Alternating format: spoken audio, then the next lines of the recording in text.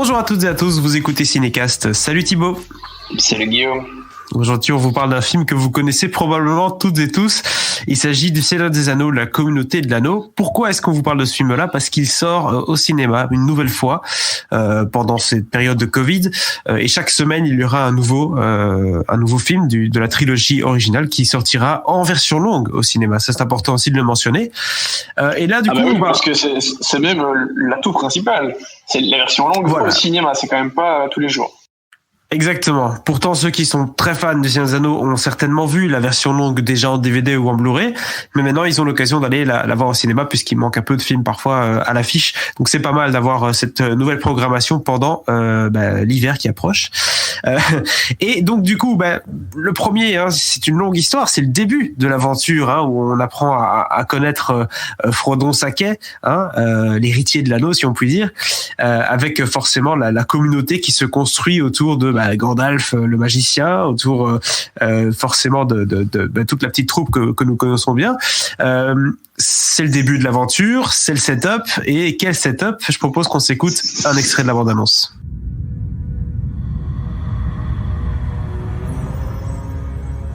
La légende parle de Sauron, le seigneur des ténèbres, et de l'anneau qui lui conférerait le pouvoir d'asservir le monde. Il a été perdu depuis des siècles. Il vient d'être retrouvé. Est-il caché ? Est-il en sûreté ? Voici l'anneau unique, forgé par Sauron, le seigneur des ténèbres. Sauron n'a besoin que de cet anneau pour recouvrir les terres de seconde ténèbres. Il le cherche. Il le cherche. Toutes ses pensées sont focalisées sur lui. Personne ne sait qu'il est ici, n'est-ce pas ? Répondez, Gandalf. Alors Thibaut, entendre ces voix, entendre ces musiques, cette atmosphère, ça nous rappelle tout de suite un peu ce moment de cinéma qu'on a pu vivre quand on était plus jeune et qu'on a revécu de nombreuses fois en voyant le film à nouveau à la télévision.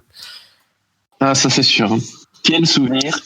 Ouais. Alors j'avais pas vu le premier en salle. J'avais pas vu le deuxième non plus en salle, malheureusement. Crois-moi, j'en étais très très attristé. Mais je n'ai vu que le troisième au cinéma. Du coup, moi aussi je pense. Autant te dire que là, même si j'ai revu les trois films au début du confinement, je vais m'empresser d'aller revoir ces versions longues. Parce que voilà, c'est assez. Maintenant, je les regarde plus que en version longue de toute façon. J'arrive plus à regarder les versions au cinéma. Mais là, voilà, la version longue au cinéma, c'est quand même assez exceptionnel. C'est le genre de film où on se dit pourquoi est-ce qu'il faut que je regarde la version longue, parce qu'en général la version au cinéma fait tout à fait le travail, et c'est souvent vraiment quelque chose de cinéphile d'aller voir la version longue et tout. Mais dans le cadre du Seigneur des Anneaux, bon, déjà parce que le film est juste incroyable, et donc du coup rajouter des minutes en plus et des scènes en plus, ça ajoute vraiment quelque chose d'un point de vue d'expérience, mais aussi parce que l'histoire quand même est un peu changée, et surtout la manière d'interpréter ce qui se passe est aussi un peu différente. Donc il y a un vrai plus à aller voir cette version longue. C'est pas uniquement pour rajouter un peu de plaisir à gauche à droite, quoi. Ouais, complètement.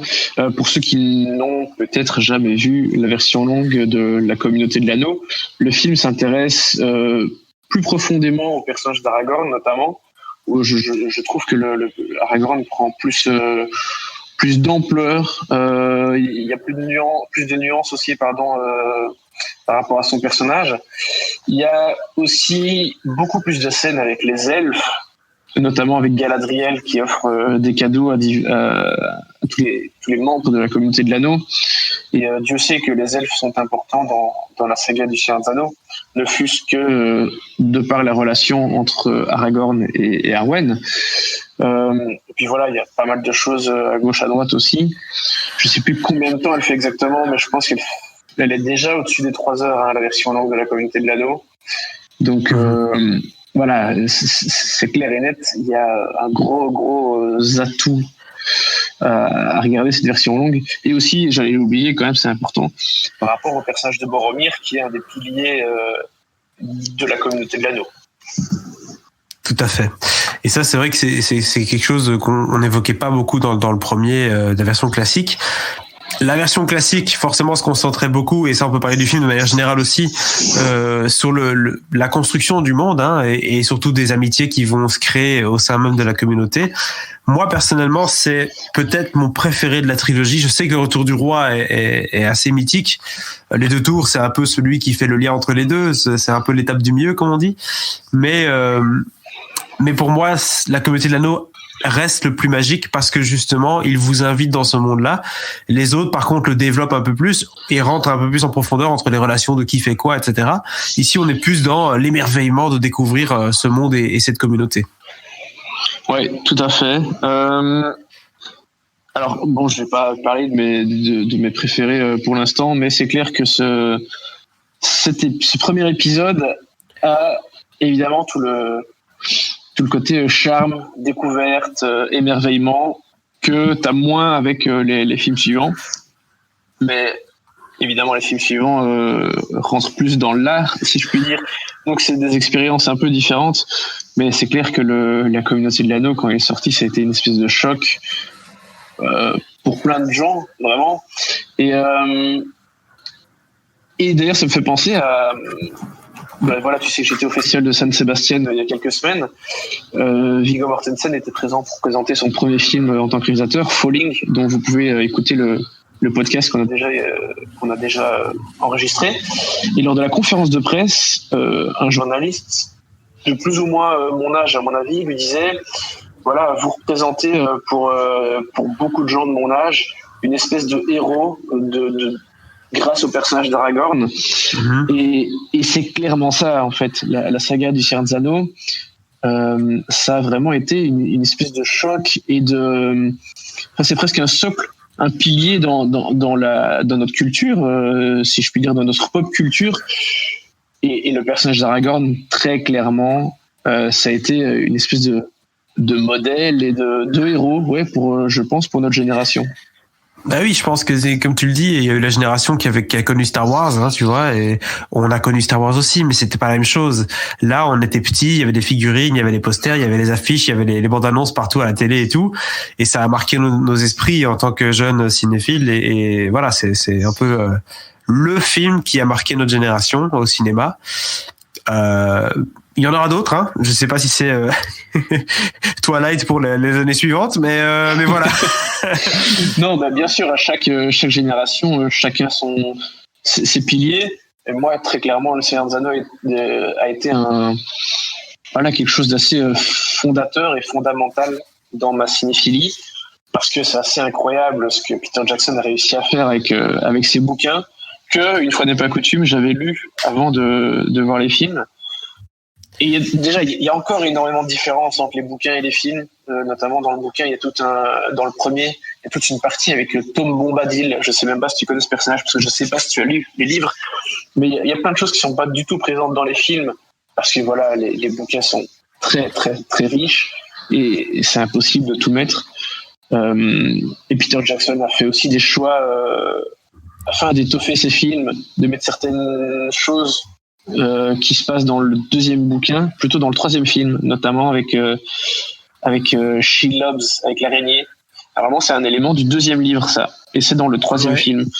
Donc voilà, après Peter Jackson a dû faire des choix de narration, de mise en scène pour essayer d'équilibrer ces films. Et Dieu sait que c'était pas un travail facile d'adapter des livres pareils, mais voilà, il y est arrivé. Et Dieu sait que le résultat est réussi. C'est clair que il a apporté une vision à ces livres-là, et comme tu l'as dit, c'est pas une tâche évidente. Donc rien que pour ça, c'est déjà un accomplissement. Mais en plus, à côté de ça, c'est vraiment tout un univers qui a été créé. C'est incroyable, le Seigneur des Anneaux. Donc c'est vraiment un pilier du cinéma, comme tu le dis. Donc allez voir la version longue au cinéma si vous avez l'occasion. On donne une note ou pas, Thibaut, ou c'est pas nécessaire? Écoute, je donne, c'est pas nécessaire, mais je donne jamais 5. Mais moi, vraiment, ça a vraiment été très très très important pour moi, la saga du Seigneur des Anneaux. Et en général, je mets, quand on me demande mes 5 films préférés, je mets la saga dedans. En général, je dis plutôt l'épisode 3, mais en vrai, je veux dire, il n'y en a pas un qui va sans l'autre. Donc oui, c'est vraiment les 3 se regardent, bien sûr. Dans son entièreté. Donc oui, bien sûr, pour moi, c'est un 5 étoiles, c'est parfait. Et c'est malheureux que le résultat de son autre incursion Interdit Milieu ou Le Hobbit ne soit pas aussi bonne. Mais bon, ça, je sais pas si on en parlera un jour, qui sait, peut-être. Oh, Dieu sait. Bon, Mais en tout cas, 5 étoiles, oui. Pour conclure, si vous n'allez pas voir les versions longues là maintenant au cinéma, sachez que ça ressort en vidéo au 4K, enfin, la version 4K de la saga, et Le Hobbit aussi ressort en 4K. C'est pour début décembre, je pense. Voilà. Ben voilà, on va se faire plaisir avec une PlayStation 5 et Le Seigneur des Anneaux en version 4K sur la nouvelle télé. C'est pas mal.